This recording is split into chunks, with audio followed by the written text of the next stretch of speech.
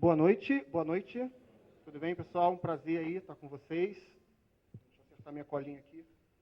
Bom, a gente queria, primeiramente, antes de tudo, meu nome, né? Eu sou o Paulo, quem não me conhece ainda, muitos a gente já andou conversando. Eu sou o Paulo Marcolino, vice-presidente da Associação Brasileira de Gestão Cultural, né? Associação que esse ano completa 8 anos de existência, e é um ano assim, muito especial para a gente, um ano de algumas mudanças, onde a gente vai estar implementando aí um novo site. Em breve vocês vão estar recebendo essa informação, principalmente novos alunos, com uma série de novidades. E também o fato de a associação abrir para novos associados também. Então, isso é um novo tempo na associação, né, que atua aí nessa área de profissionalização e formação do conhecimento acadêmico, junto aos setores de produção, gestão cultural e gestão social, e que mantém esse convênio hoje com essa universidade, com a Universidade Cândido Mendes, né, essa universidade centenária, e que já de antemão a gente já faz o agradecimento também ao reitor, ao professor Cândido Mendes. Então, assim, dou boas-vindas a vocês, né? Sei que aqui a gente está com um grupo de novos alunos da turma de MBA e Gestão Cultural 10, também alunos da graduação, alunos, ex-alunos, colegas também, parceiros da BGC. Então, a gente aproveita também nessa hora e dá boas-vindas em nome da BGC, também representando a professora Cátia Demarco, que é a atual presidente da Associação Brasileira de Gestão Cultural, e coordenadora acadêmica do PECS, que é o Programa de Estudos Culturais Sociais. Programa esse que nasceu desse convênio entre a BGC e a Universidade Cândido Mendes. Né? Agradeço também a presença do Léo, isso aí depois a Sandra, né, uma das nossas diretoras, também vai apresentar a presença do Léo. Léo, que eu sou suspeito em falar, assim, eu sou fã do trabalho dele, do trabalho do Cultura, do Empreendedores Criativos, aí por aí vai. Ele que tem sido assim, muito importante na dinamização do tema de gestão cultural, né, no nosso, para a gente, de uma forma geral, que trabalha na cultura. Bom, então é isso. Assim, eu já queria chamar logo a Sandra, para a gente não perder tempo, mas eu queria dar só uma informação importante para os alunos de gestão cultural da turma 10, essa nova turma.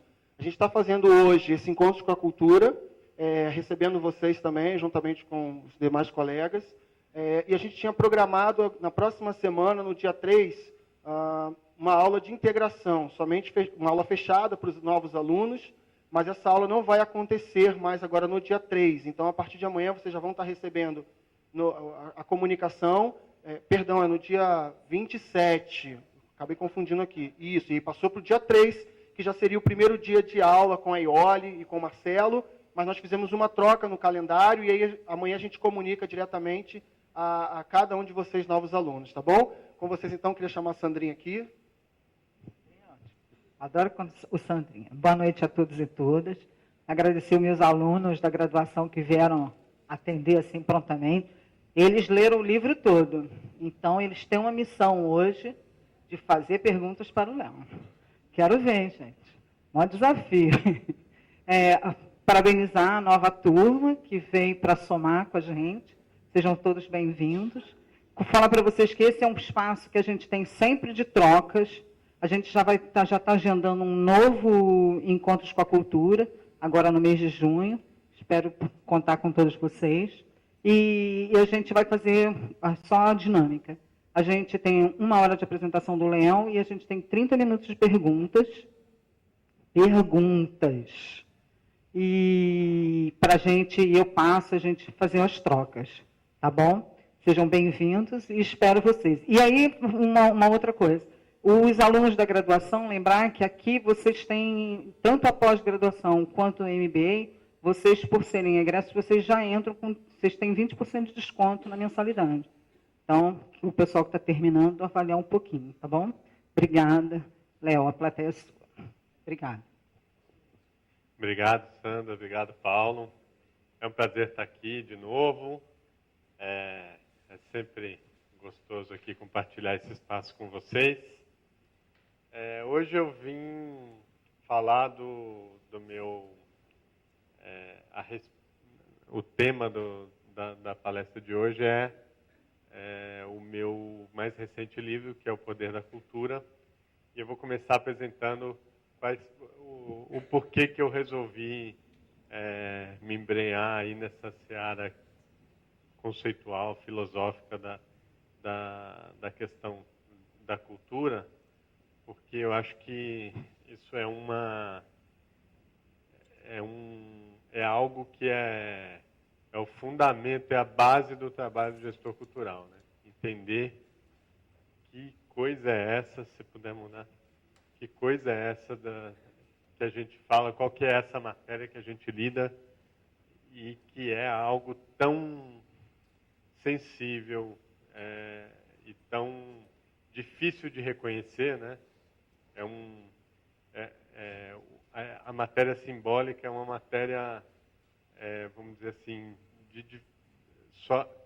é muito fácil reconhecer para quem trabalha com isso e consegue entender onde que está a dinâmica, como que transforma, mas que muitas vezes eu encontro cada vez mais profissionais atuantes na área da cultura que não conseguem, que perderam um pouco, até pelo movimento natural que a gestão cultural acabou percorrendo aí um caminho de profissionalização, de busca de resultado, o próprio processo de profissionalização da cultura começou a adquirir algum ferramental que é próprio do mundo da administração, dos negócios, e que são ferramentas que não deixam muito espaço para o sutil, para o simbólico, para aquilo que é a nossa matéria-prima, né? E aí eu acho que essa pesquisa e essa busca, ela vem tentar fazer tentar equilibrar um pouco essas coisas, né? Porque aí a gente começa a produzir resultado, a bater meta, e acaba esquecendo para que é mesmo que a gente faz esse negócio, qual que é o objetivo final, o que é mesmo isso que a gente está gerindo, o que mesmo, o que é esse negócio de cultura, né? Então, é isso que impulsionou a pesquisa, e aí eu tentei dar algumas dimensões para esse trabalho. Primeiro, na dimensão individual, como a cultura... nós estamos falando de relações de poder, né? A relação entre cultura e poder, como é que a cultura empodera ou pode empoderar o indivíduo, como que ela se manifesta em relações de grupos, de comunidades, e como que ela pode transformar toda uma sociedade, né? Então, tem essas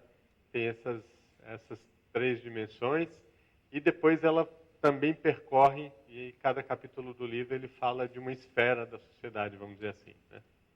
Como é que cultura impulsiona processos de cidadania, como que o Estado se vale da cultura para promover bem-estar social, para garantir direitos culturais para o cidadão, para oferecer serviços, para desenvolver pessoas, né?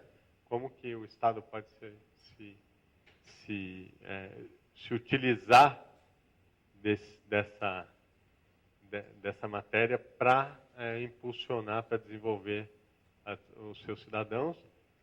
Depois, o próprio mercado, pensar essa dimensão de mercado, não só o mercado como dimensão, como fenômeno cultural, mas também a própria economia da cultura, né? Como é que ela se desenvolve, e depois a parte especificamente de um poder que está cada vez mais amplo e mais definido na arena global, que é o poder das corporações, né? Como é que ela se vale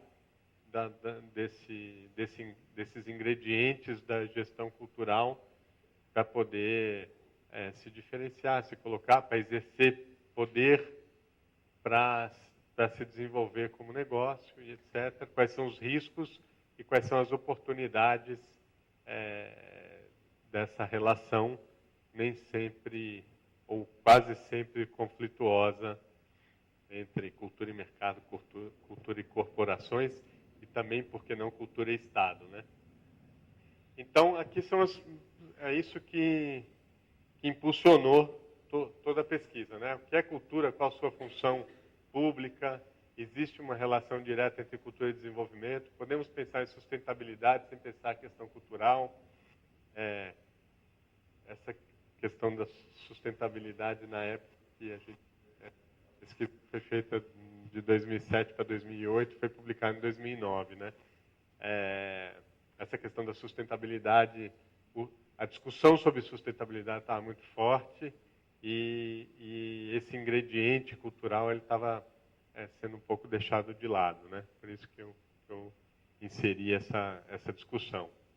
Para que serve uma política cultural, afinal?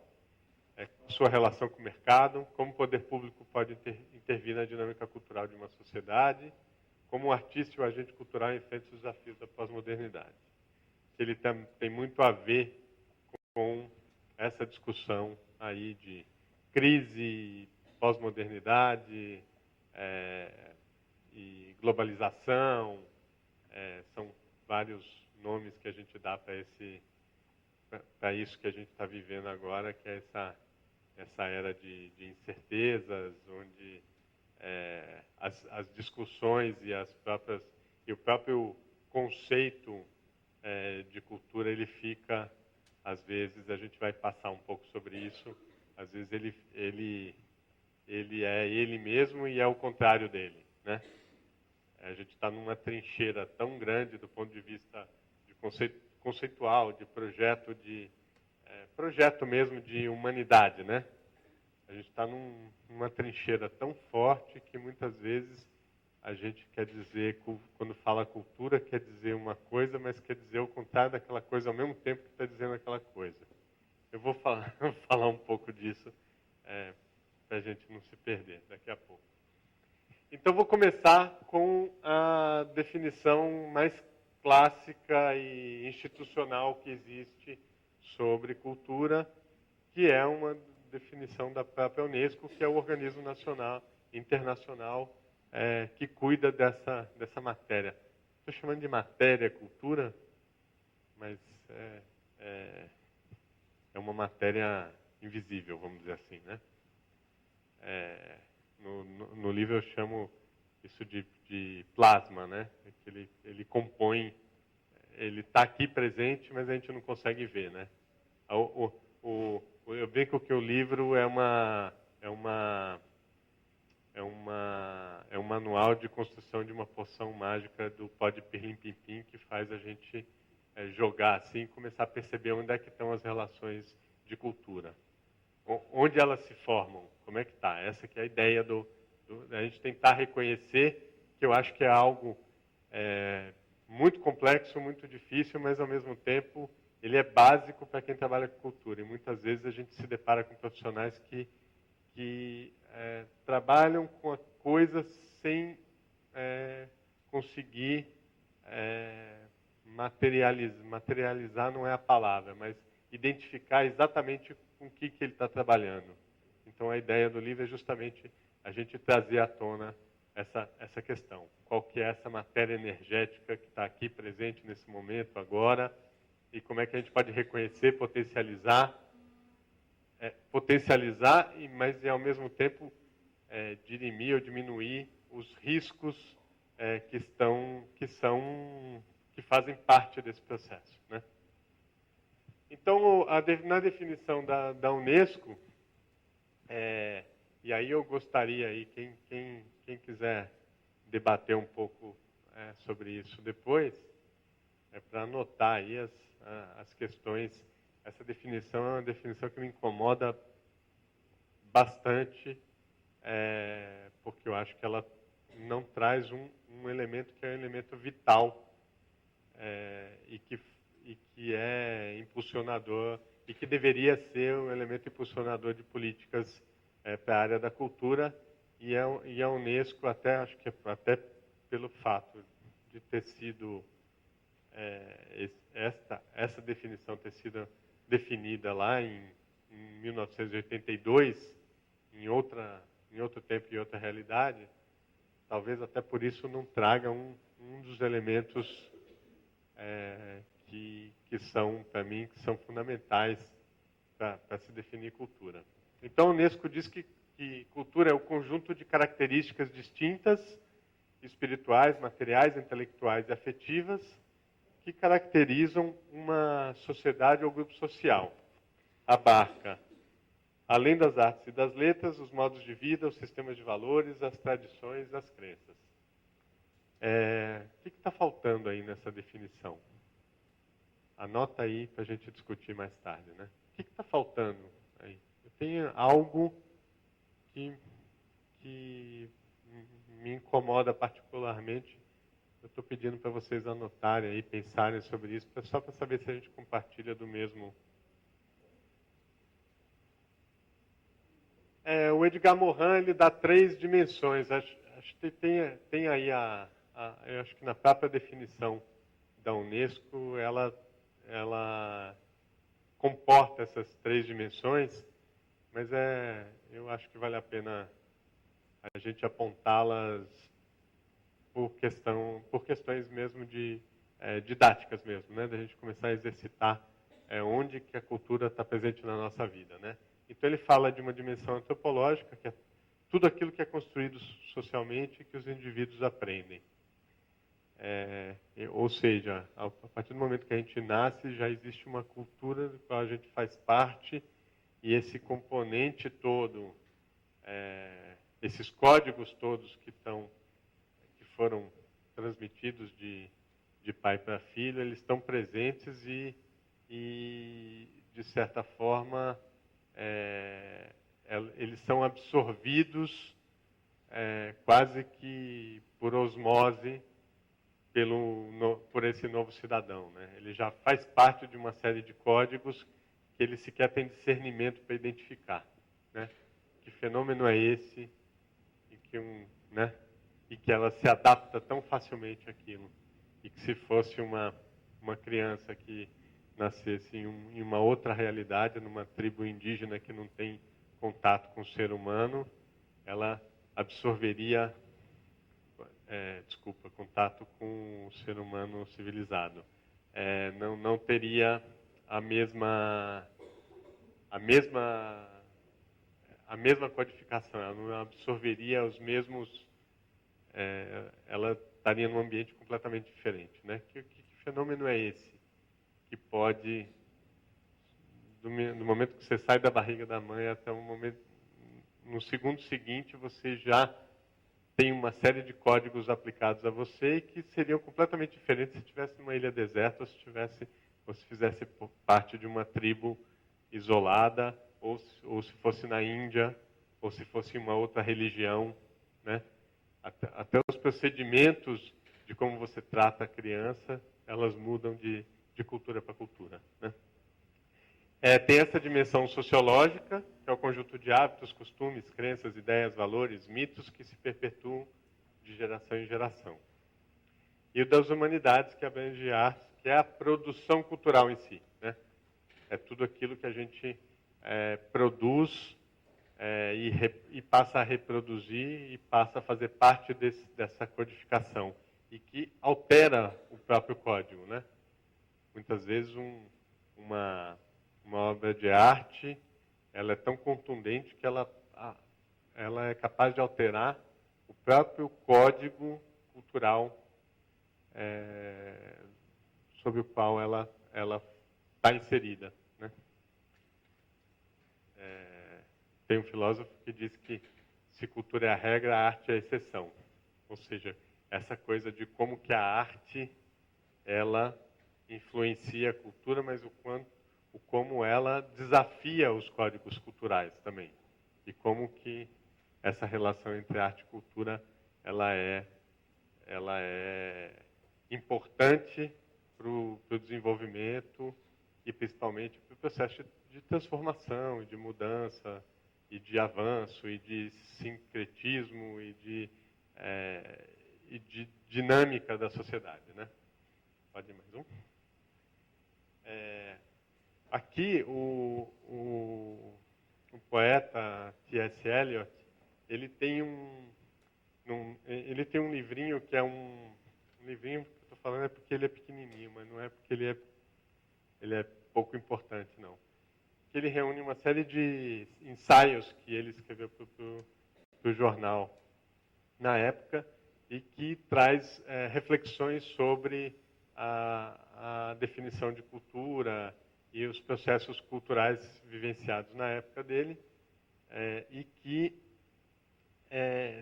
tem uma discussão aqui que eu acho bem importante, que é essa correlação entre a força da cultura, ou para puxar aqui a discussão do que a gente está trazendo, o poder da cultura para o indivíduo tem uma correlação com o ambiente, com o grupo em que ele vive, e que, por sua via, tem uma correlação com a cultura de toda uma sociedade, e que essa cultura da sociedade interfere e molda a própria cultura do indivíduo.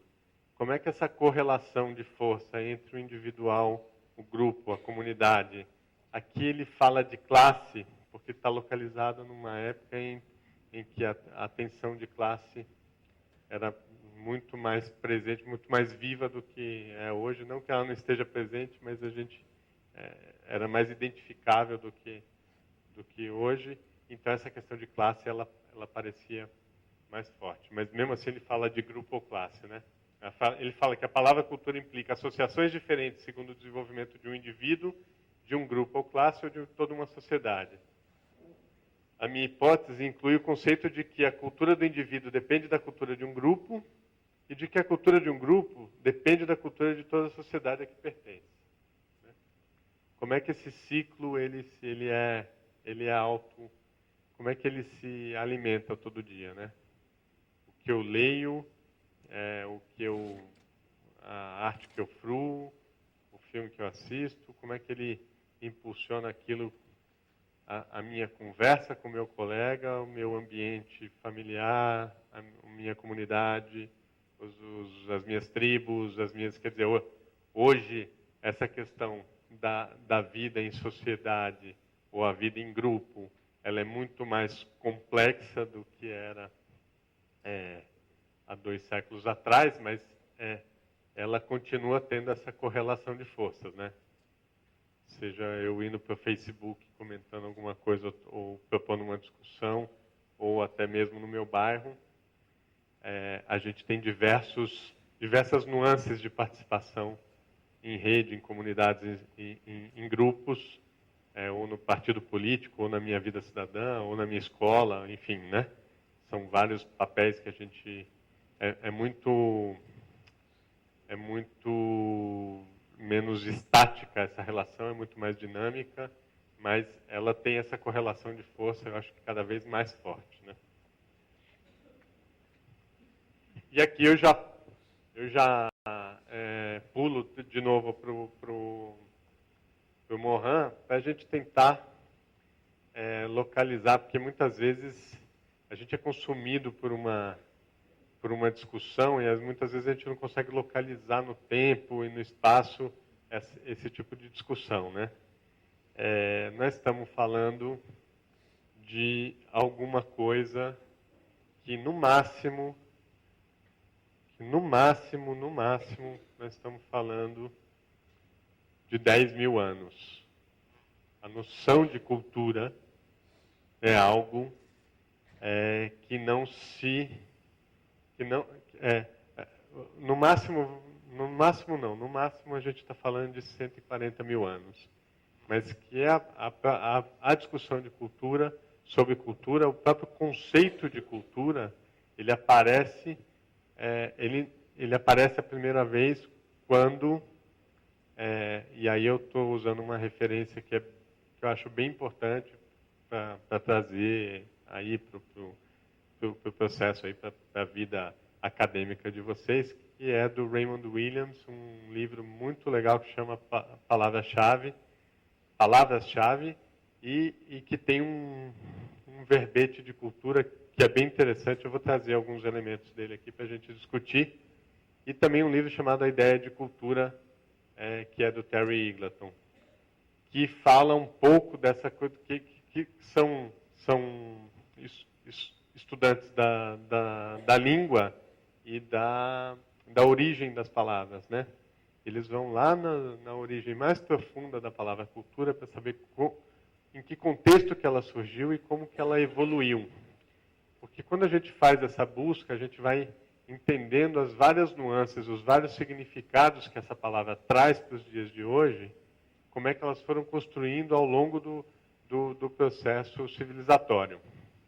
E aí a gente vai falar um pouquinho disso. É claro que, né, nós estamos falando aí de 10, 15 mil anos, como é que a gente, né, mas tem alguns elementos que a gente pensou que eu acho que são elementos importantes para essa discussão que a gente vai ter aqui hoje. Então, aqui só para... Volta na... Então, nós estamos falando o seguinte. Nós estamos falando de algo muito recente, né, na história do nosso planeta, né? Nós estamos falando de um universo de 14 bilhões de anos. Nós estamos falando de um fenômeno que surgiu há 10 mil anos atrás, né? Então, é um fenômeno muito recente, mas que é tão rico que, nas próprias palavras do Williams e do próprio Wiglerton, que são companheiros de pesquisa, nós estamos falando de uma das palavras mais complexas, mais complicadas do nosso dicionário, né? É muito difícil trabalhar com todas as nuances e todos os significados dessa palavra. E até por isso é tão difícil a gente manipular, entre aspas, ou manejar, ou gestionar, ou gerir esse negócio, porque o significado dele é tão abrangente que às vezes ele significa tudo e pode não significar absolutamente nada, né? Então, vamos. Então, nós estamos falando aí o Williams ele fala dos radicais mais remotos da palavra cultura, e ele atribui isso, e aí isso já é uma interpretação minha do processo, né? A cultura nasce, é uma interpretação bem minha do processo, mas ela é provocativa, tá? Cultura nasce com a propriedade, com o fim do nomadismo. Quando o ser humano se torna sedentário, quando ele se apropria de um pedaço de terra e diz que aquele pedaço é dele, ele transforma a sua relação com o universo, e essa relação vai iniciar o que a gente chama aí de processo civilizatório. E é justamente em cima disso, dessa mudança radical. Eu vou usar um autor aqui, que é Humberto Maturana, que ele fala bem precisamente desse período em que a gente sai de uma cultura matrística para uma cultura patriarcal. Uma cultura da cooperação, uma cultura da coexistência, para uma cultura da competição. Como é que se dá essa cultura da competição? Ela se dá pela necessidade de segurança, pela necessidade de você contrapor, de você... Eu gosto de ficar criando imagens aqui para a gente conversar sobre o assunto, mas eu queria fazer uma imagem aqui de um cercadinho, né? Eu sou um nômade, eu resolvi achar um pedaço de terra, dizer que esse pedaço é meu, eu vou lá e faço um cercado, e esse cercadinho, ele passa, tudo que está do cercado para dentro, passa a ser objeto do meu cuidado. E esse objeto do meu cuidado, e é tudo que eu vou pondo para dentro desse cercadinho, ele passa a ser objeto do meu cuidado, daquilo que eu preciso cuidar, daquilo que eu preciso preservar, e tudo que está do cercado para fora passa a ser ameaça. E é nesse contexto que surge a palavra cultura. Porque cultura tem a ver com habitat, que tem a ver no sentido do habitat, de se fixar em um lugar, de você poder cultivar, proteger, honrar com veneração tudo aquilo que você cultiva, né? E aí o ser humano começa a atribuir significados para tudo aquilo que ele precisa proteger, né? mas a gente vai falar disso um pouquinho depois. Então ele tem esses dois, esse radical mais profundo é a palavra cólere. Esse cólere, do latim, ele se desdobra para algumas palavras que vão ganhando vida própria e vão se desenvolvendo. Entre elas, esse habitar, que é o colonos, né? Que aí você tem uma série de palavras que são desse radical, né? Aí a colônia, por exemplo, né? Tem essa coisa do honrar com veneração, que é dos cultos, que é, por exemplo, um culto religioso, tem essa origem radical, né? Esse radical, né? Que é o ato de cultuar, de venerar, de dedicar a sua energia, a sua emoção a algo, a sua dedicação para algo. Né? E a própria cultura, que tem a ver com o cultivo ou cuidado, e no sentido da lavoura mesmo, né? Esse culture do francês, ele quer dizer lavoura, cuidado com o crescimento natural. Ainda estou falando daquele cercadinho, né? Aquilo tudo que eu preciso cultivar para me dar segurança alimentar, para dar segurança para minha família, para eu proteger os meus, né? Em detrimento do que está fora, do outro. Pode passar isso. Mais tarde, a gente começa a fazer uma correlação de forças entre aquilo, o cultivo do arado, do cultivo da terra, com o cultivo da mente.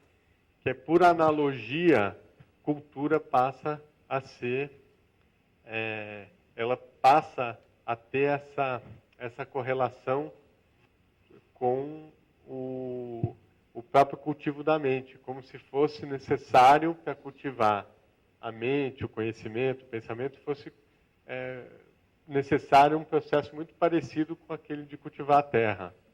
Você precisa arar, você precisa cuidar, você precisa regar, você precisa alimentar. E aí ele vai ganhando um significado de civilidade, de politesse, de desenvolvimento humano, de cultivo das mentes, de tornar-se cultivado. Alguém que mereça ser honrado com veneração, de novo. E aí você cria uma distinção arbitrária que está presente até os dias de hoje, no próprio significado de cultura, daquele que tem cultura, daquele que não tem cultura. Né? Ou seja, o sujeito que é mais culturalmente trabalhado, ele se distancia, se diferencia daquele outro que é um ser inculto, vamos dizer assim, que não tem o mesmo nível de conhecimento das coisas que você. Isso a gente vê no dia a dia, na praia, na rua.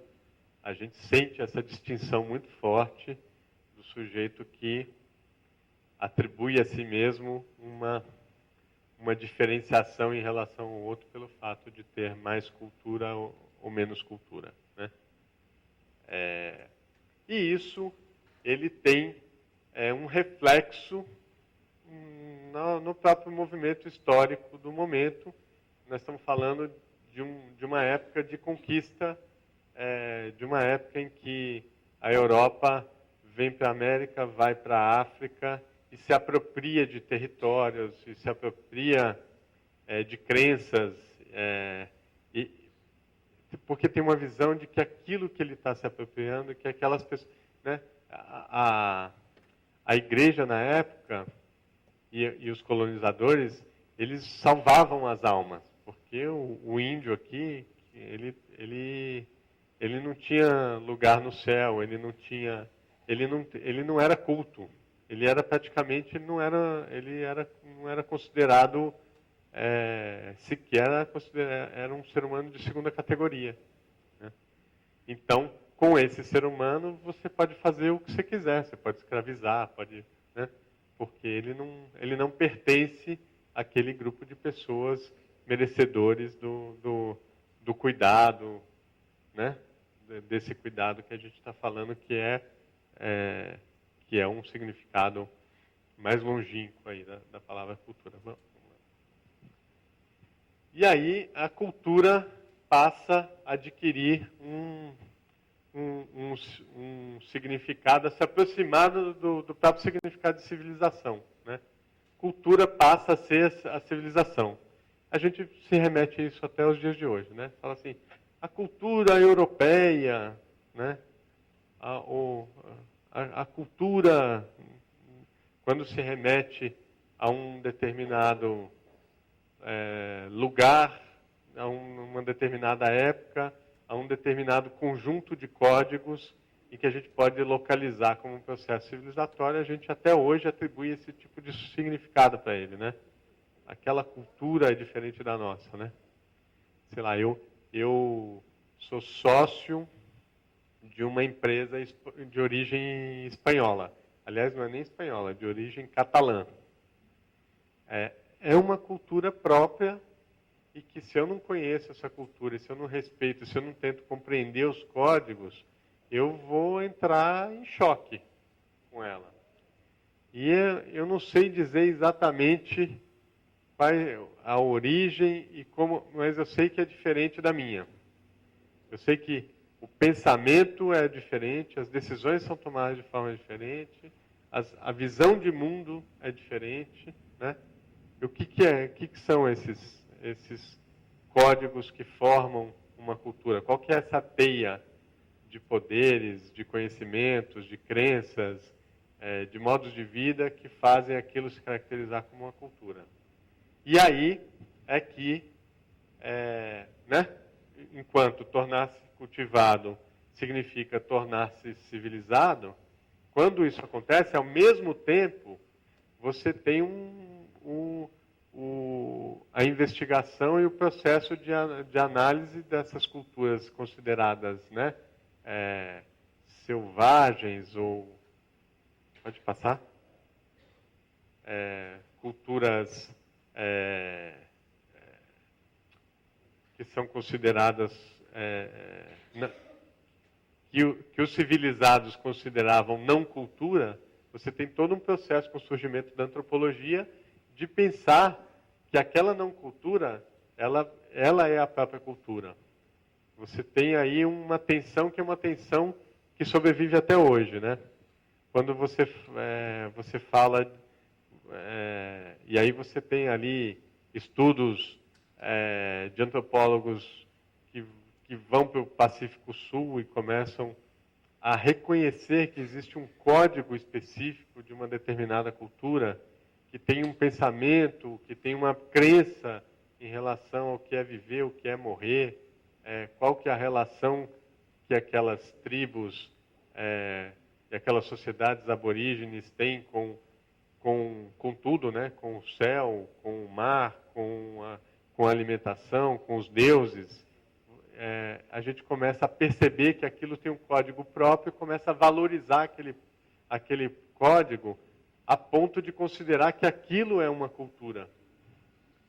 E se aquilo é uma cultura, ele se contrapõe com o próprio significado de cultura que se tinha na época. Estou falando do século XVIII, XIX, de que cultura era civilização.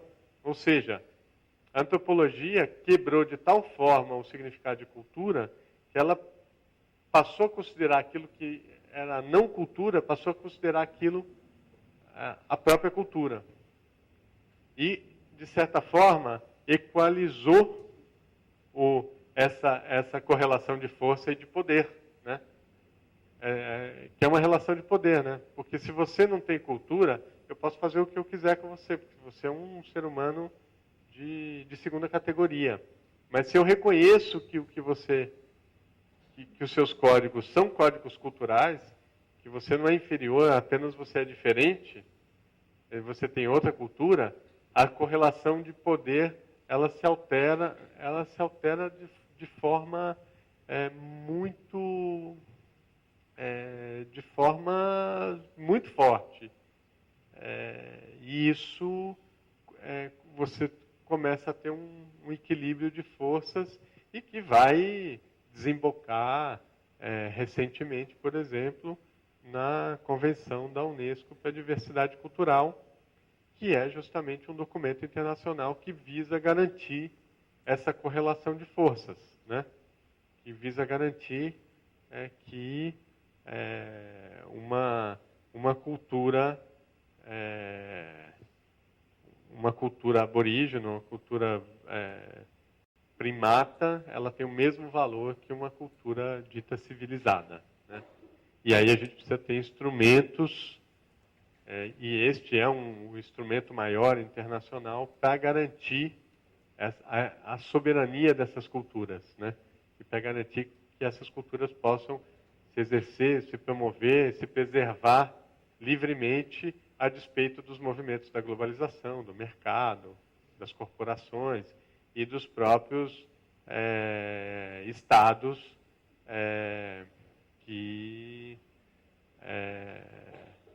os próprios estados que têm também que passam por processos civilizatórios e de aculturação, né?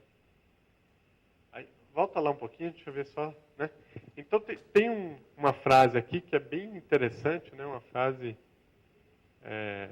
escrita aí no século XVIII de um pensador que diz o seguinte, esse Johann Gottfried, que diz o seguinte: nada é mais indeterminado que essa palavra, e nada mais enganoso que a sua aplicação a todas as nações e todos os períodos. Está falando de cultura na época, já é uma discussão na época, porque você quebrou, de certa forma, a própria característica vital da cultura, que é de civilidade, de civilização, que você não pode mais usar essa palavra, segundo esse autor, esse filósofo, você não pode mais usar essa palavra para determinar algo de concreto, porque ela significa absolutamente tudo, né? Então, vamos dizer assim, a ideia de cultura se descola aos poucos da própria ideia de civilização para contrapor a própria ideia de civilização, né? Quer dizer, a não civilização,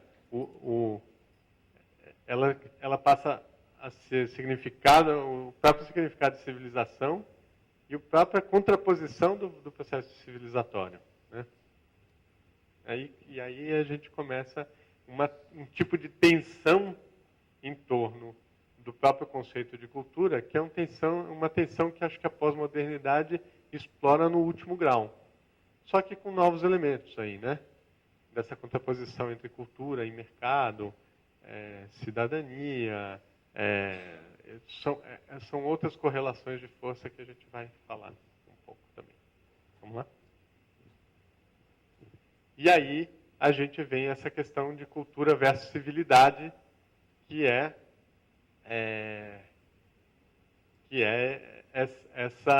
essa questão, e eu acho que o Brasil viveu muito recentemente essa coisa aqui com, por exemplo, na nossa política cultural, com o incentivo a pontos de cultura, a cultura popular, resgate de tradição, que a gente começou a ter um desvio do olhar do Estado. Ele deixou de olhar as belas artes e a cultura aristocrática, tradicional, que era o objeto tradicional da relação entre Estado e cultura, e passou a olhar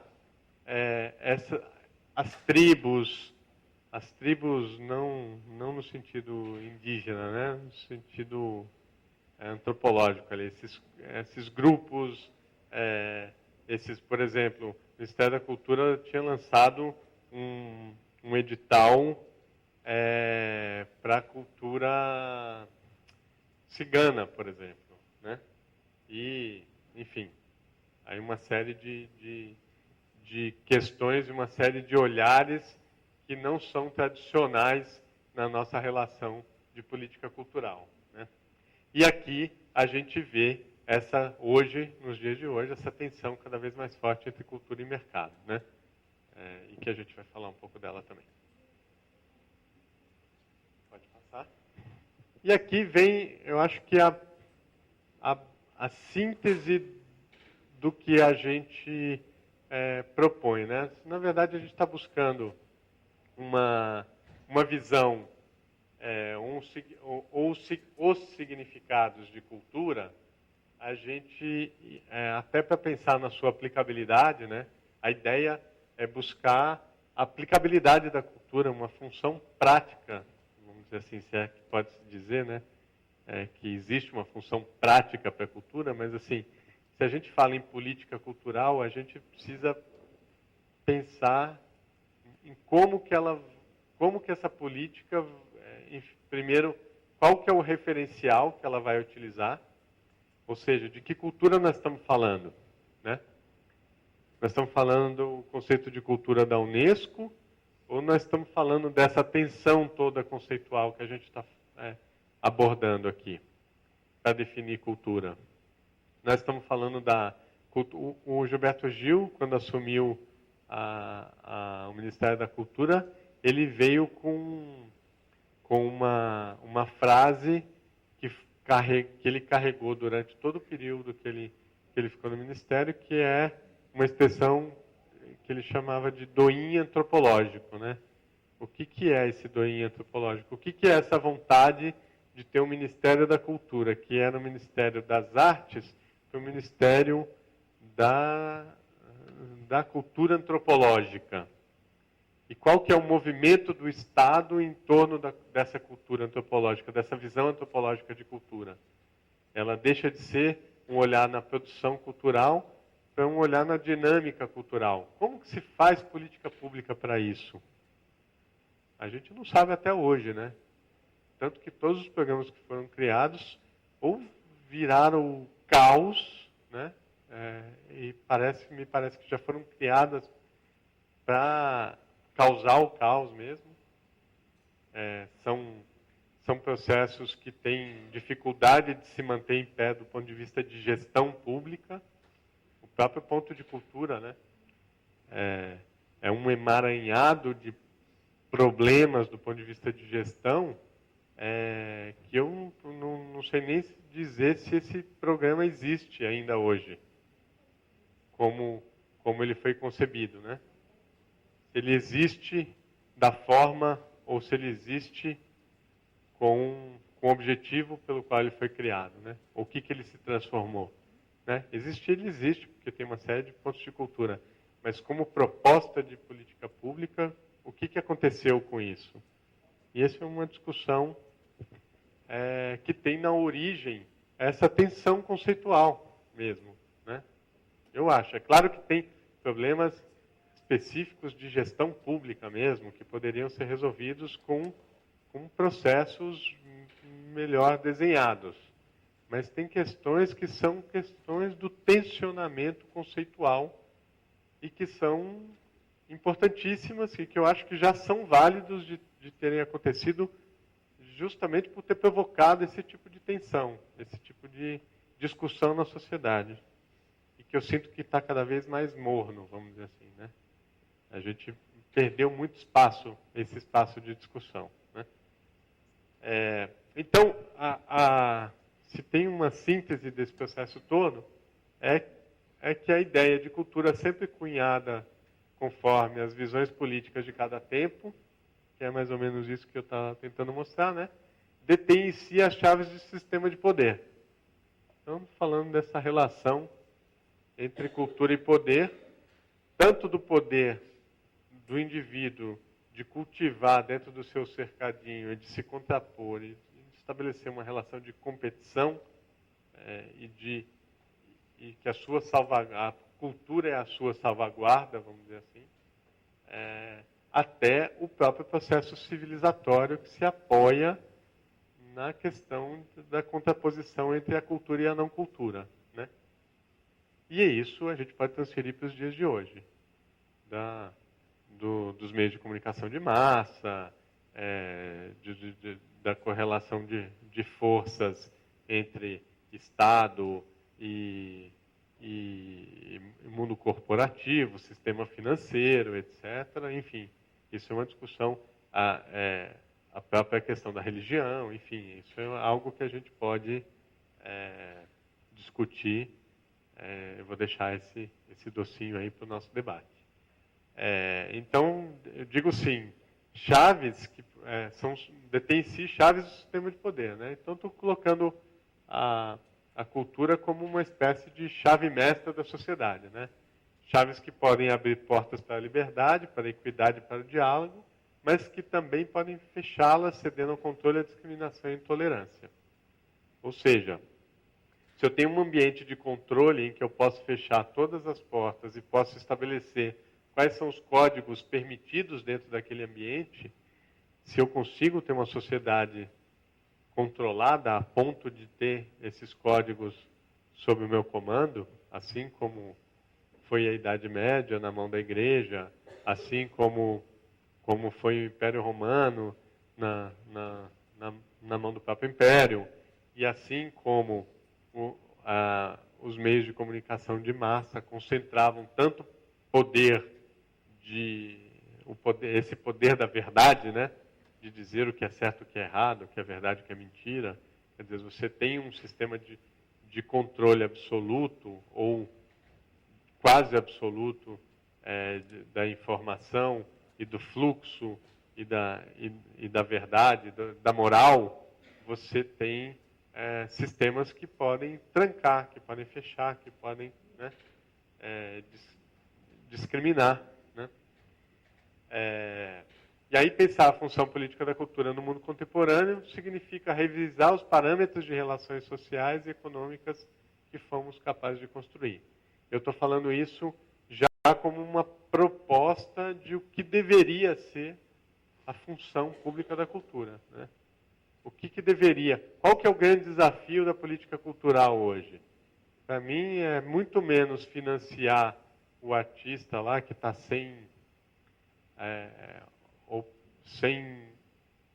não tem para onde ir, uma sociedade cada vez mais pautada pelo consumo, pelo capitalismo voraz e tal, cada vez mais difícil encontrar uma fonte de receita, de sustentabilidade para esse artista. Eu estou falando desse artista capaz de criar exceção dentro da regra, né?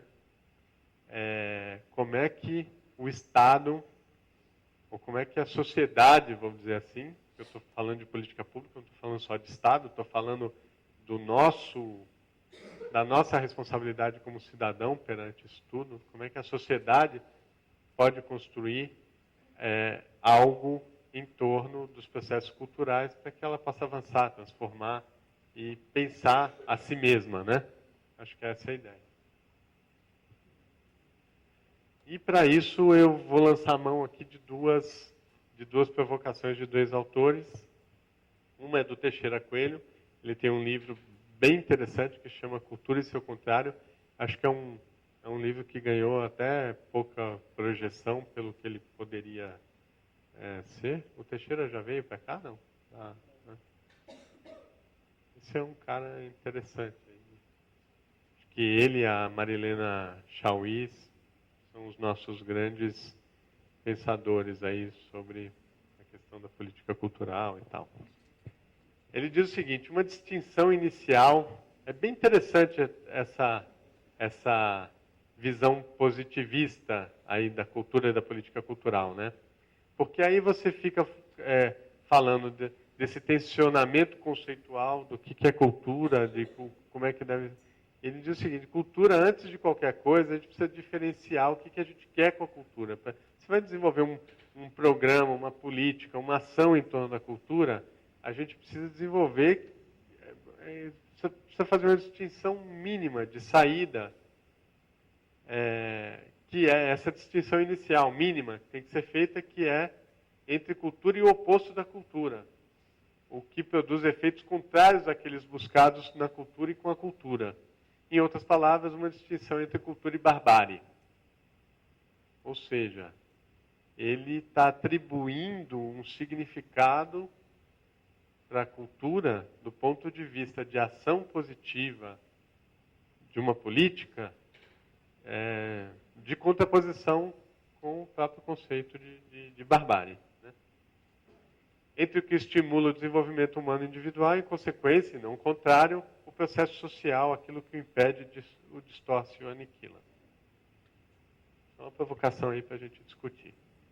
E a outra, que é original lá, original, que eu estou falando assim, ela é vamos dizer, um encerramento de um ciclo de discussão aqui, que a gente discutiu lá, né? Eu trouxe aquela árvore lá do Mohan, né?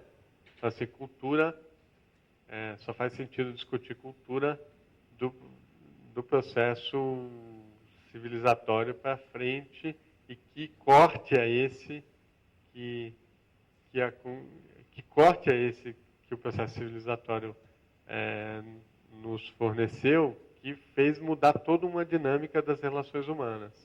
E ele o Maturana ele faz essa contraposição entre o que é a cultura matrística, que é a cultura dos nômades, com a cultura do sedentário, né? Que é a cultura da propriedade. Né? Ele diz que essa cultura patriarcal se caracteriza pelas coordenações de ações e emoções que fazem da nossa vida cotidiana um mundo de coexistência que valoriza a guerra, a competição, a luta, as hierarquias, a autoridade, o poder, a procriação, o crescimento, a apropriação de recursos e a justificação racional do controle e da dominação dos outros por meio da apropriação da verdade. Né? Eu acho que essa frase dele é muito marcante dos processos que a gente vive hoje aí. É uma discussão bem atual sobre rumos da própria política cultural. Né? E aqui eu quero propor aqui para a gente uma discussão. Isso aqui é para o nosso debate. Acho que até a gente pode ir para a última tela e depois a gente volta para cá, para a nossa discussão, que é a gente pensar essa tensão, ou como a gente pode pensar esse ciclo entre produção cultural, mercado, o mundo corporativo. Tem mercado de novo aqui, caiu. Produção cultural, mercado, o mundo corporativo e o Estado. Como é que a gente pode pensar essa correlação de forças, né? E eu queria incluir um ingrediente aí no mercado, quando eu falo de mercado, das indústrias criativas. Eu não vou mais falar de indústria cultural, justamente para não remeter a um conceito, a uma discussão da década de 30 da Escola de Frankfurt, mas falar de uma questão atual, que é essa proposta de se tornar a economia criativa e a indústria criativa como elemento de transformação e de desenvolvimento. Que projeto é esse que a gente quer construir com isso, né? E aí eu trago o mercado aqui. Até acho que foi um ato falho de colocar o mercado duas vezes. O mercado como mercado mesmo, falando mercado financeiro, um mercado onde a gente compra as frutas e tal, e sua dinâmica cultural, mas essa correlação de força com o próprio mercado, o mercado da mídia, o mercado da informação, o mercado da cultura, né? E essa indústria criativa que a gente está criando todo um referencial e todo um imaginário. Assim, tem que... Desculpa, meio porque a brincadeira, mas é porque às vezes as perguntas são tão longas que a gente perde um pouco do tempo do debate. Então, pensar perguntas mesmo, que é uma provocação. Volta uma aqui. Na verdade, eu até entendo que não está errado os dois, não. Eu entendo que são, efetivamente, entendo como dois mercados, porque você tem ali a produção cultural que pensa o seu público, que é um mercado.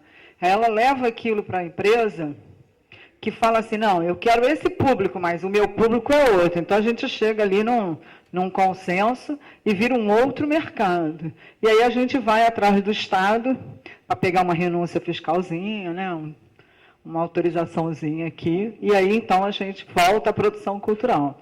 Pelo menos foi uma leitura que eu fiz. Por isso, acho que não tá, os dois estão ali valendo. Foi um ato falho verdadeiro, né? Exatamente. Deixa eu levar lá atrás. Se as pessoas pudessem se identificar. Isso é ideal, é o nome de onde?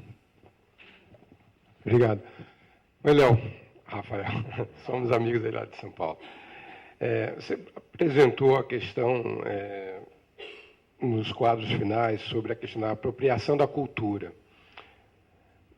Não é interessante que hoje a população, com o uso da internet e podendo fazer várias pesquisas independentes, né, do ano que está estudando, da matéria da faculdade, da sua área profissional, e poder descobrir, fazer um processo de descoberta de outras culturas, quebrando várias barreiras e fazendo um processo inverso de apropriação muito criativa, né, desses elementos de cultura. Você acredita que isso aconteça muito rapidamente, largamente? Você que é estudioso, que está acompanhando não só dados estatísticos, mas observando o comportamento das pessoas, pelo menos no Brasil, e que isso pode levar um certo tempo, mas vai impactar a maneira do Estado e das empresas, né, que funcionam como mecenas em atividades culturais e ter uma mudança de paradigma? Obrigado. Muito boa a questão. Eu sou muito pessimista, sempre fui, desde o começo dos processos aí, dessa cultura digital e dos processos colaborativos. Eu sou muito entusiasta de toda uma cultura que se gerou a partir disso, mas eu acredito que o que aconteceu foi uma fenda no sistema, uma fissura no sistema, e muita gente entrou nessa fissura. Muita coisa se entrou nessa fenda, nessa quebra, né? Muitos modelos de negócios, muito jeito de fazer diferente. Você tem, por exemplo, na produção cultural, artistas passaram a desenvolver, a quebrar essa cadeia econômica que existia de distribuição, né, e começaram a fazer uma relação direta com o seu público. Quer dizer, acho que tem um processo aí que nessa fenda aí entrou muita coisa interessante, mas eu vejo cada vez mais essa fenda se fechando e a gente criando novos sistemas econômicos, ainda proprietários. Eu estou falando, você falou de uma questão bem específica que é o processo de apropriação, né? O sistema proprietário e o sistema colaborativo, vamos dizer assim, né? A cultura livre, né? Pessoas produzindo cultura e distribuindo livremente, abertamente, todas as possibilidades que a internet criou com isso, todas as quebras de sistemas. A gente viu gigantes com o joelho quebrado, né, e caindo. Foi bonito esse processo todo, essa sensação de que estávamos vivendo um processo revolucionário, mas o que a gente viu no momento seguinte, já um fechamento desses processos. A gente não conseguiu ver o que aconteceu com a música, por exemplo, a gente não conseguiu ver se concretizar no mercado audiovisual, por exemplo. Porque quando chegou... Por quê? Tem uma questão de banda, essa coisa que a gente vai falar de Estado, né? Onde está o problema da classe C, por exemplo, se apropriar de todos os benefícios que eu, por exemplo, vivi, que você viveu e que, enfim, que muita gente aqui nessa sala viveu, que é a possibilidade de você baixar a filmografia completa do Bergman, que é algo que o mercado não te fornece, porque ele não quer fornecer, não é porque não dá dinheiro, é porque é arbitrário, né? O mercado ele busca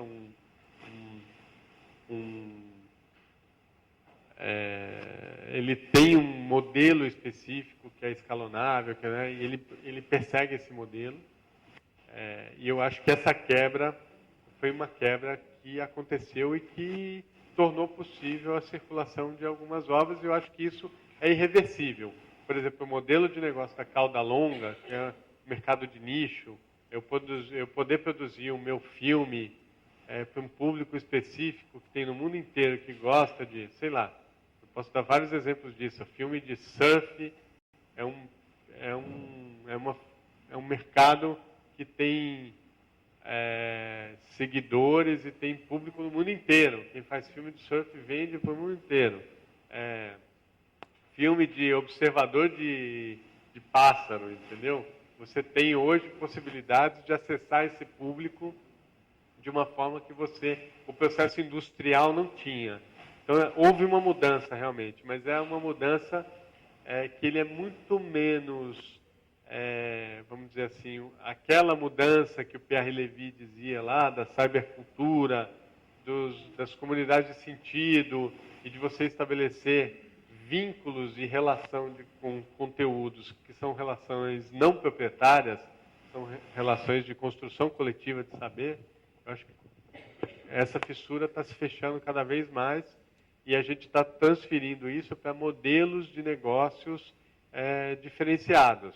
Que aí eu estou falando do modelo cauda longa, é um deles, mas você tem vários outros modelos de negócio que foram surgindo a partir daí.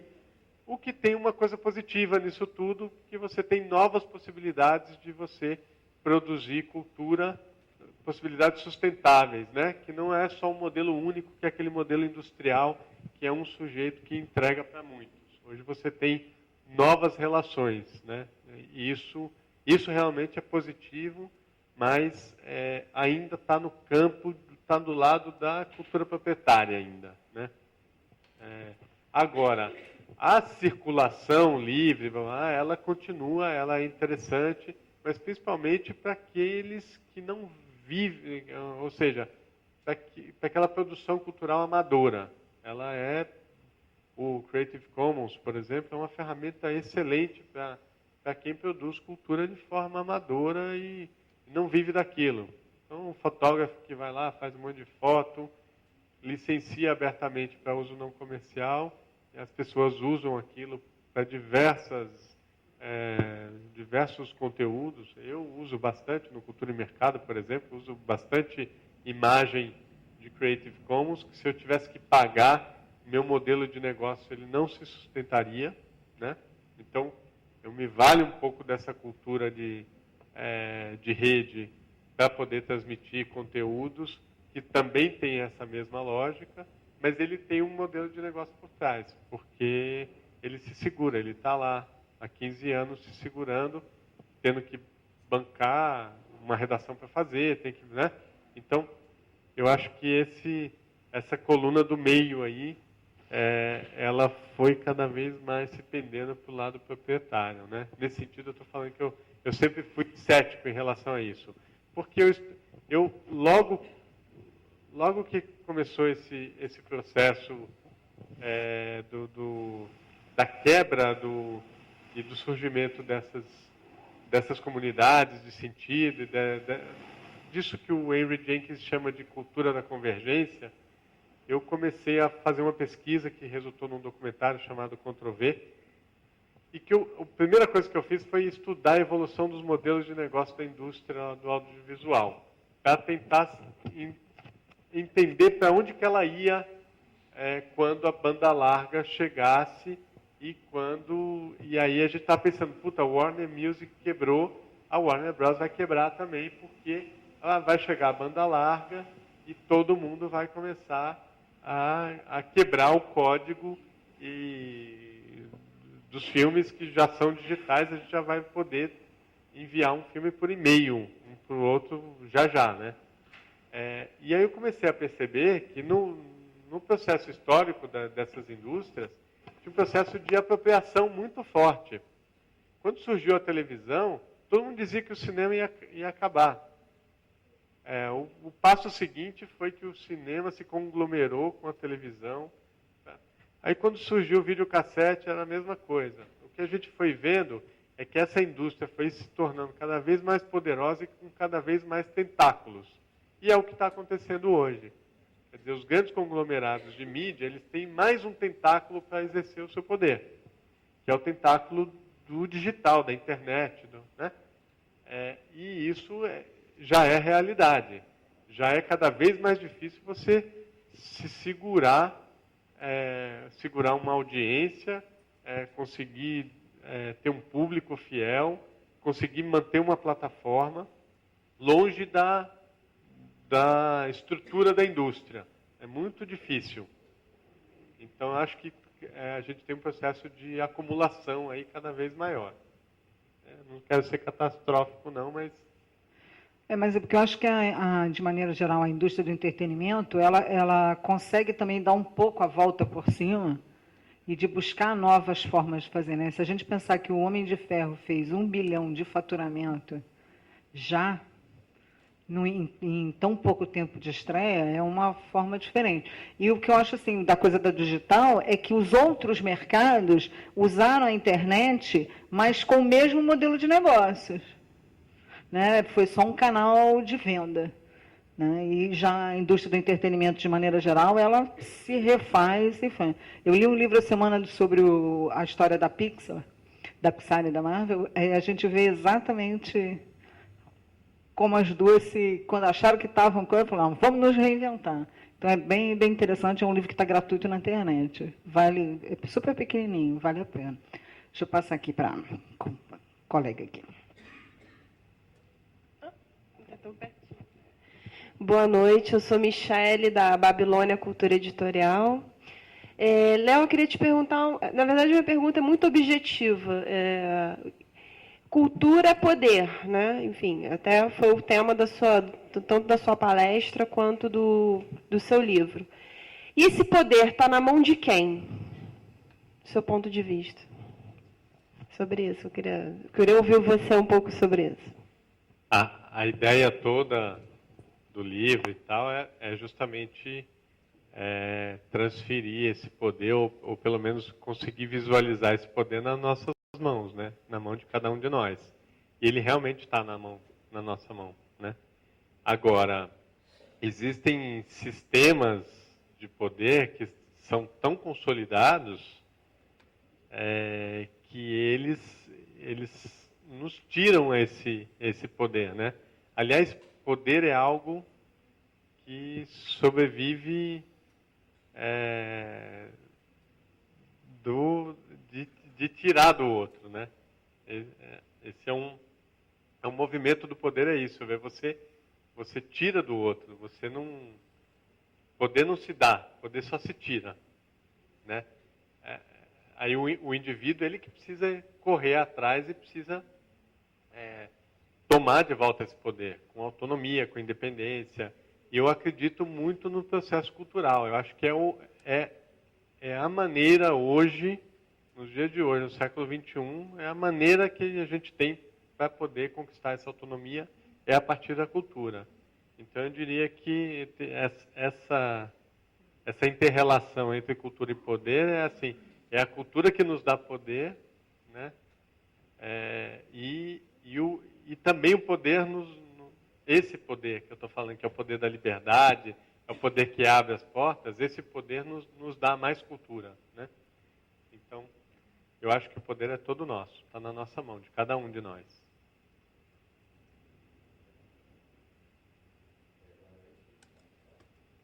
Dá para ouvir, pode falar, tá? Obrigado. Boa noite. Meu nome é Tiago Jatobá. Oi, caiu tudo. Eu sou gerente de programação e conteúdo da Superintendência de Museus, da Secretaria de Cultura aqui do Estado. E a minha pergunta vem muito de uma angústia, na verdade, porque dentro da perspectiva do trabalho com criatividade, da conversa toda sobre a economia criativa, e vendo até pelo apanhado histórico que você faz da construção e da destruição do conceito de cultura, me parece que, às vezes, a gente caminha para uma certa anarquia dentro do trabalho com os produtos culturais, ou dentro e fora das instituições, enfim. E isso é bastante angustiante, assim, né? É como essa coisa das políticas culturais do Ministério Gil, Juca, que, enfim, né, se propuseram ali no momento, mas que depois também foram se perdendo. Então, é possível trabalhar dentro dessa perspectiva da criatividade, do alargamento das fronteiras, dos conceitos, das próprias possibilidades da internet, sem que se anarquize um mercado, que isso realmente se torne um caos efetivo? Olha, eu sou homem de planejamento, né? Minha maior experiência profissional na área da cultura é com consultoria, né? E eu acredito muito que tudo aquilo que a gente consegue imaginar como proposta de política cultural é possível construir, planejar e desenvolver como ação concreta. Então, acho sim que é possível para cada um desses discursos, que eu não chamo de política, mas para cada um desses discursos que foram difundidos e que foram trabalhados pelo Gil, Juca e tal, para cada um deles tem uma política que não foi perseguida. Não foi perseguida, porque o lugar do discurso é um lugar muito cômodo, muito interessante. Eu brinco que esse papel do governo Lula como um todo, que não é um papel menor, hein? Eu não estou querendo diminuir, eu só estou querendo dizer que a função dele foi uma função muito de desconstrução, né? De construir um novo discurso. Só que esse discurso, se ele não tem sustentação, se ele não tem estrutura, se ele não tem ação programática, se ele não tem orçamento, se ele não tem...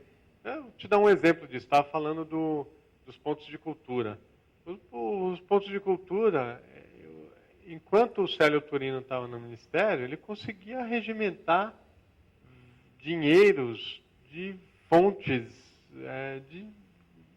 pelo poder individual, pelo capital político do próprio Célio. É claro que ele se valeu do capital do Gil, se valeu do capital do Lula, para conseguir, por exemplo, emendas de bancada, emendas parlamentares para financiar o ponto de cultura.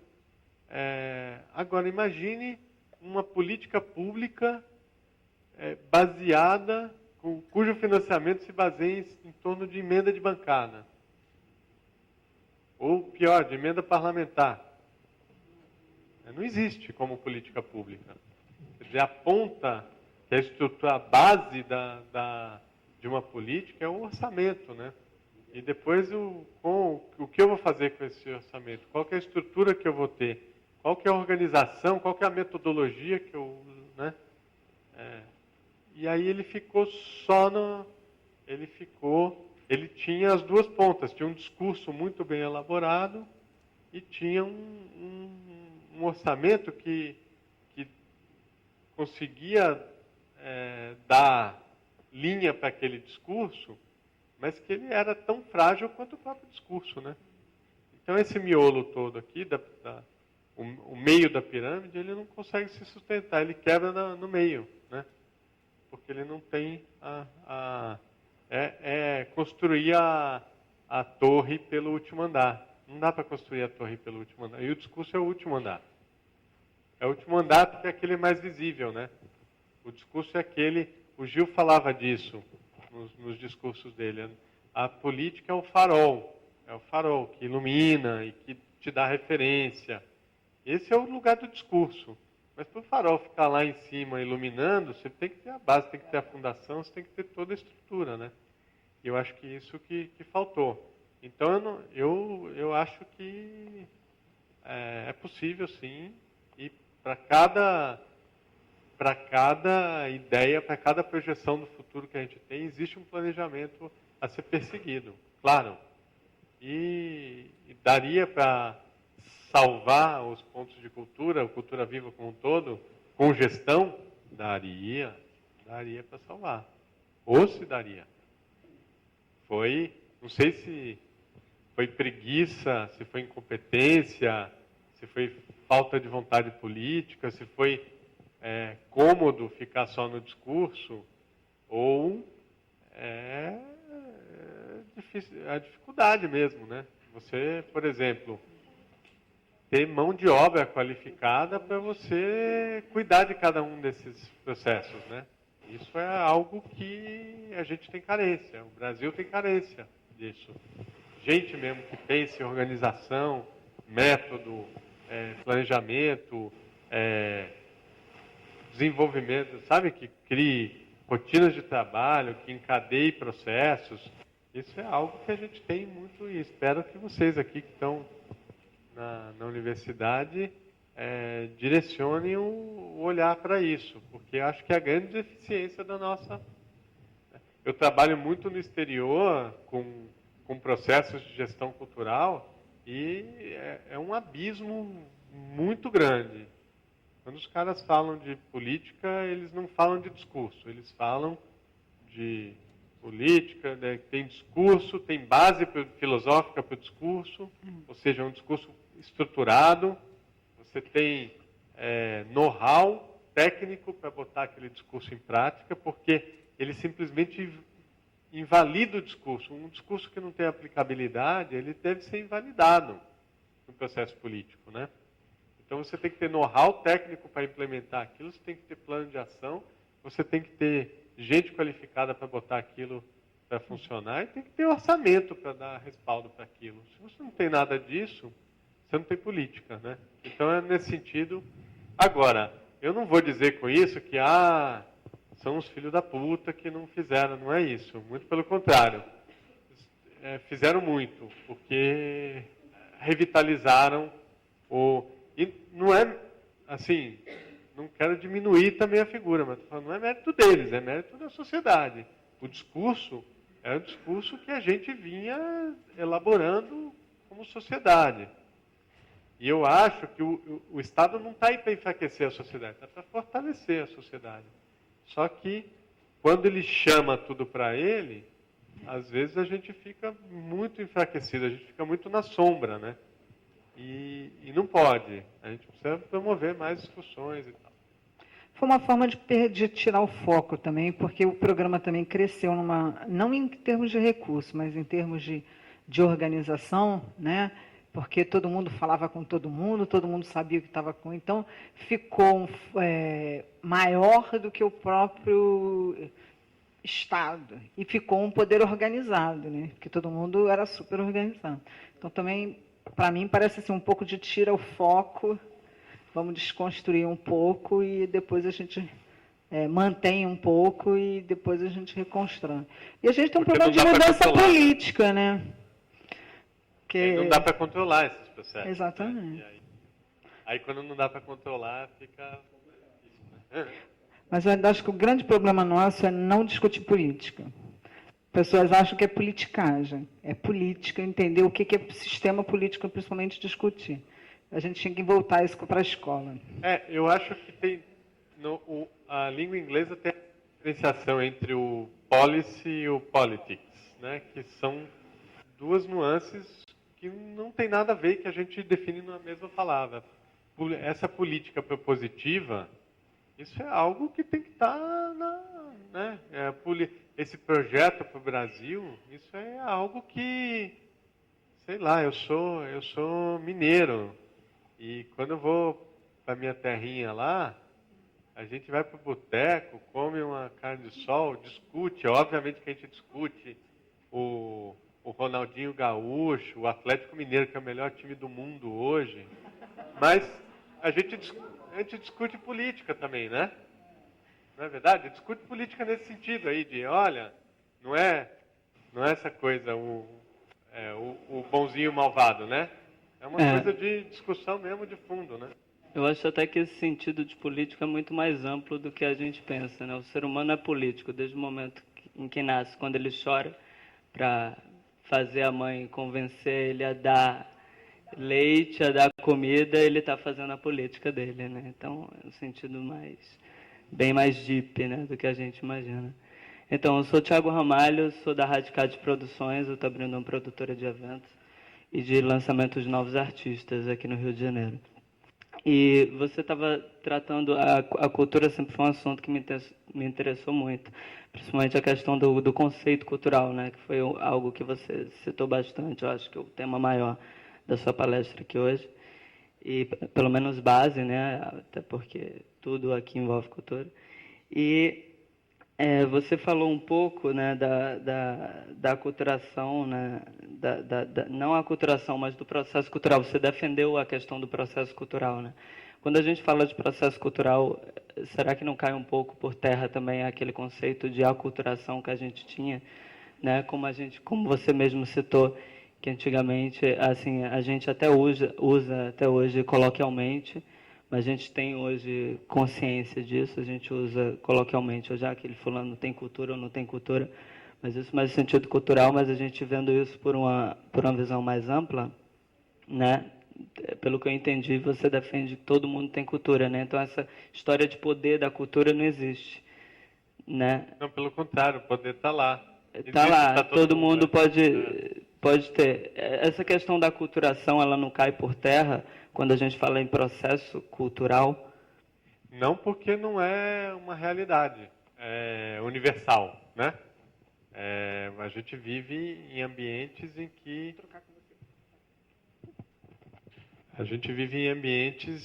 de controle, em ambientes de não é uma realidade. Eu vou falar do próprio conceito de direito cultural, liberdade cultural, né? A gente no Brasil não tem acesso. A gente não tem esse direito constitucional que está lá na nossa Constituição de 88, de que todo mundo tem que ter acesso à cultura. Isso é uma mentira, né? Então, como é que a gente pode, né? Como é que a gente pode? Não é por decreto que você universaliza isso, é com muito trabalho. O Estado foge da sua função de garantir esse direito a todo cidadão, né? Assim como foge com o direito de educação, enfim. A gente não tem acesso, né? Você vai para qualquer cidade do interior, né? Você não tem opção, eu estou falando assim, como serviço público. Assim como você tem em qualquer cidade da Europa, você tem bibliotecas equipadas, você tem centros culturais, você tem programação cultural. Acho que isso faz uma diferença muito grande nisso aí que você está falando, né? Desse processo de empoderamento do cidadão. Sem acesso a isso tudo. E eu acho que o Brasil jamais vai transpor esse abismo. É um abismo, mas tão grande, mas tão profundo. É assim, a gente tem 90% de município que não tem museu, não tem teatro, 80% não tem teatro. Esse limite aí eu acho que a gente não vai transpor. A esperança que a gente tinha lá atrás, né, Rafael, é que a banda larga fosse suprir de alguma forma isso, fosse chegar no cidadão, fosse dar acesso, mas não é um movimento de mercado, não existe política pública, né, para isso. Então, infelizmente, nesse deserto é difícil, né? Existe uma política privada que já está... É isso, Não, é mercado, não é política pública, é mercado, né? Então... Leonardo, boa noite, eu sou Flávio Helder, sou mestrando aqui do IUPERJ, faço ciência política e relações internacionais e a minha dissertação será sobre o impacto das leis de incentivos no município da cidade do Rio de Janeiro. Eu queria dividir a minha pergunta em duas coisas. Você identifica que hoje a cultura está também a serviço do capital? Essa é a primeira pergunta. E as leis de incentivos, elas ajudaram do ponto de vista de dinamizar a cultura ou prejudicaram? Eu falo isso com muita propriedade, eu tenho uma empresa de marketing cultural, também presto consultoria, sou amigo aqui da professora Sandra, do Paulo, a gente vive se encontrando também na Associação Brasileira de Captadores de Recursos e a gente identifica que a cultura ela tem que ser dimensionada, não a favor do capital, mas sim a favor de quem faz a cultura. Então eu queria te ouvir, só para a gente finalizar aí, te agradecer e perguntar se depois eu posso trocar também alguns contatos com você para usar na minha dissertação. Obrigado. Olha, você quer curta ou longa? Vou fazer a curta primeiro, se der tempo a gente faz a longa. Está a serviço do capital como nunca. E mais do que tudo, a serviço do capital, sim. E a segunda pergunta é se as leis de incentivo são positivas ou negativas, é mais ou menos isso, né? São positivas e negativas. Elas impulsionaram muitas coisas, mas criaram vícios que me parecem também intransponíveis, né? A gente não consegue mais sair desses vícios que ela criou. Mas eu sempre gosto de, quando discute lei de incentivo, tirar a discussão da lei, porque parece que a lei tem vida própria, ela é a culpada de alguma coisa. E não é a lei é um instrumento jurídico. É a política que tem por trás da lei e as pessoas que fazem a política que tem por trás da lei, né? Isso porque a gente chegou num limite tal que o Estado, ou seja, o representante do Estado, o ministro da Cultura, criticava a lei como se ela fosse inimiga né? E a gente passou um período, ali até hoje, né? Os caras virou moda. Vem o gestor público, a maior autoridade do país de política cultural, vem e descasca em cima da lei, como se ela fosse inimiga do próprio Estado. Isso é uma disfunção, quer dizer, a gente deu para a lei uma vida que ela não tem. Isso foi um imaginário criado em torno da lei. Ela é só um instrumento de financiamento. A questão o foco não é a lei, o foco é a política e os instrumentos de financiamento, que são escassos, são parcos, são frágeis, né? Então ela ganha uma proporção que ela não tem, né? A Lei Rouanet é o filho rebelde que ganhou muito dinheiro e falou, agora eu vou gastar. Oi, Léo, boa noite. Meu nome é Ana Maria. Eu trabalho com gestão e produção cultural no mercado de arte contemporânea. E a minha pergunta é sobre as PPPs no setor, como fomento do setor cultural público. O que você acha, né?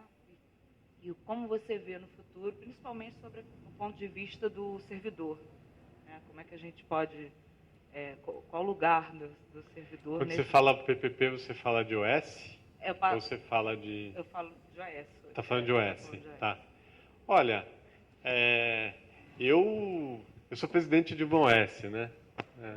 E trabalho prestando serviço para OS também. Eu não vou dizer que eu seja um entusiasta do sistema de OS, porque eu acho que ela está num lugar ali que não é nem público nem privado, está num lugar do meio.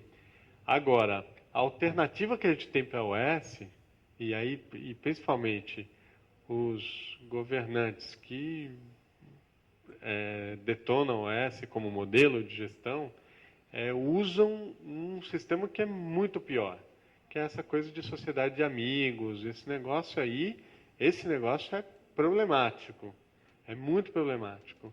Você canaliza, por exemplo, associação de amigos do museu, não sei o que lá, blá, blá, blá, que age como se fosse um agente privado e se utiliza de lei de incentivo e pega dinheiro público e tá. A gente não tem controle social algum em torno disso. São, via de regra, aí eu não estou falando que todos são assim, mas via de regra, são lugares de muita corrupção, de pouca transparência. Então, nesse sentido, a OS moralizou. Eu como presidente da OS, bicho, eu não consigo nem dormir direito, assim. Tudo que faz, todo cuidado, assim, sabe? Tipo, vou receber qualquer nota, qualquer serviço que eu vou prestar, eu tenho que checar tudo para saber se eu posso. É muito vigiado, é muito transparente e se bem trabalhado, pode ser muito eficiente, né? Agora, é claro que tem de tudo nesse balaio aí também, né? Tem de tudo. Tem gestor de OS que é indicado pelo governante e que o Estado se apropria daquele, né? Como é que fala? Usa aquilo como espaço de... E aí é perigoso, né? Se você não tem esse distanciamento, né? E eu estou tendo uma relação, eu sou presidente do OAS faz pouco tempo, é uma ONG que eu fundei há 20 anos atrás, que é o Instituto Pensat, que virou OAS, e que começou a pintar uma série de questões e problemas ali, de ordem política, administrativa e tal. Eles me chamaram para assumir a presidência para tentar dar uma... E eu tenho para mim está sendo gratificante de ter uma parceria com o secretário de Cultura, que é o Marcelo Araújo, que é um cara extraordinário nesse sentido, né? E ele é o tipo do cara que chega e fala assim, olha, se tem algum contratado aí dentro da OAS que foi indicação de partido ou de governante, carta branca, manda fora já, porque se não é para isso. Vocês estão ali para fazer gestão de qualidade, com resultado, e é exemplar nesse sentido. Então, quando você tem um governante que tem uma visão dessa e que dá o exemplo, aí você tem um caminho, né? Agora, infelizmente, não é uma política de Estado tão consolidada que ela esteja protegida de maus governantes, né? Isso é um problema, em geral, que tem a ver com a questão lá que o Jatobá, né? Esqueci o seu primeiro nome. Que o Jatobá colocou, que é isso, que não ter... As políticas não são de Estado, né? São de governo. E o governo, para mim, o pior inimigo do Estado é o governo. E para a gente fechar, a última pergunta, tá, gente? Está esvaziando. Daqui a pouco a gente vai chamar um chopinho e a gente abre uma mesa aqui e bate um papo. Ótimo.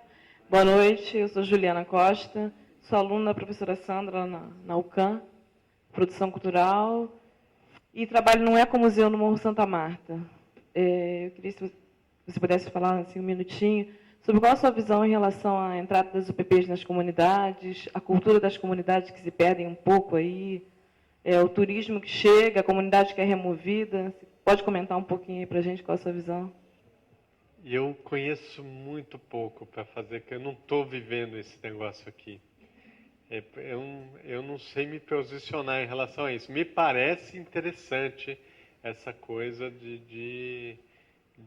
da presença da polícia pacificadora. Me parece bem interessante como conceito. Agora, como é feio, eu não estou acompanhando o suficiente.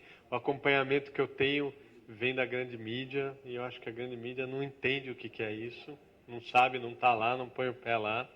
Então, eu não me atreveria a dar uma opinião a respeito disso, né? E para a gente fechar um pouco da provocação, quando a gente está, já que a gente tem aqui uma turma de produção cultural e uma de gestão cultural, tenho feito muito essa discussão que a mim me parece muito que a produção cultural deixou de ser uma produção pensada artisticamente e todo mundo virando todos administradores. Se a gente pensar que todos os secretários e ministros, principalmente na área cultural, são hoje gestores, são administradores, economistas, a gente faz um deslocamento. Você não acha? Eu acho, mas eu também não acho que cultura é reduto de artista, não. Cultura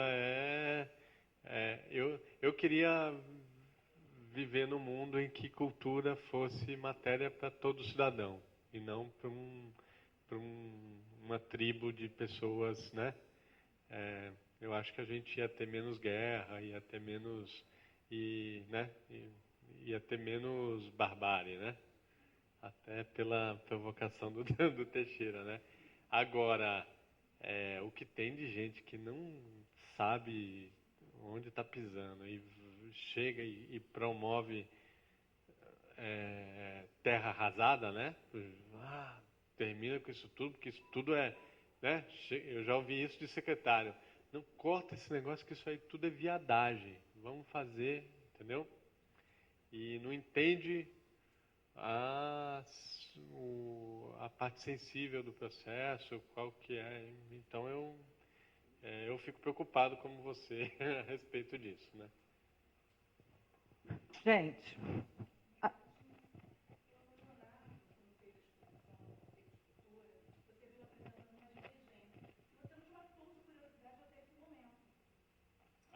muito bem, lembrou.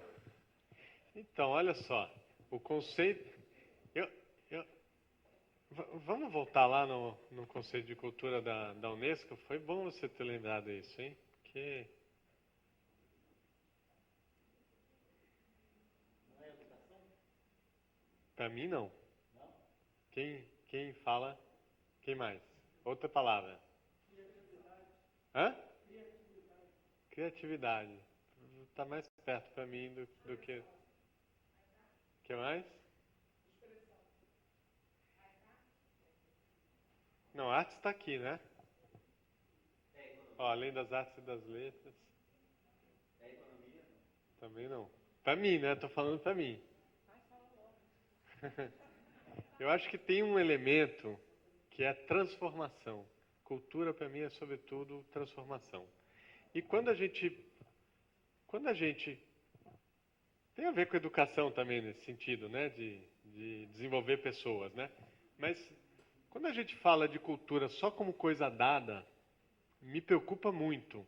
E eu acho que a Unesco tem essa tendência a pegar tudo que é processo cultural e tentar colocar dentro de um museu, no mau sentido, né? No mau sentido. Não estou falando daquele museu dinâmico que dialoga e negocia com a sociedade, mas naquele pensamento de coisificar tudo, de transformar tudo, exatamente. Então esse conceito ele tem um pouco disso, sabe? Olha, cultura é aquilo que está dado, é aquilo que a gente consegue codificar, é aquilo que a gente consegue, e aquilo que transforma, que faz a gente mudar de vida. Quando assiste um filme, no dia seguinte é outra pessoa. Quando a gente participa, conversa com um amigo e no momento seguinte já, né? Isso no campo individual, no campo da sociedade como um todo, né? Como um processo cultural pode alterar todo um código, né? Que na literatura é uma discussão tão antiga, né? Esse processo de transformação com a relação com o outro, né? Mesmo de você no outro, o reflexo. Então, como é que não entrou no... Pois é.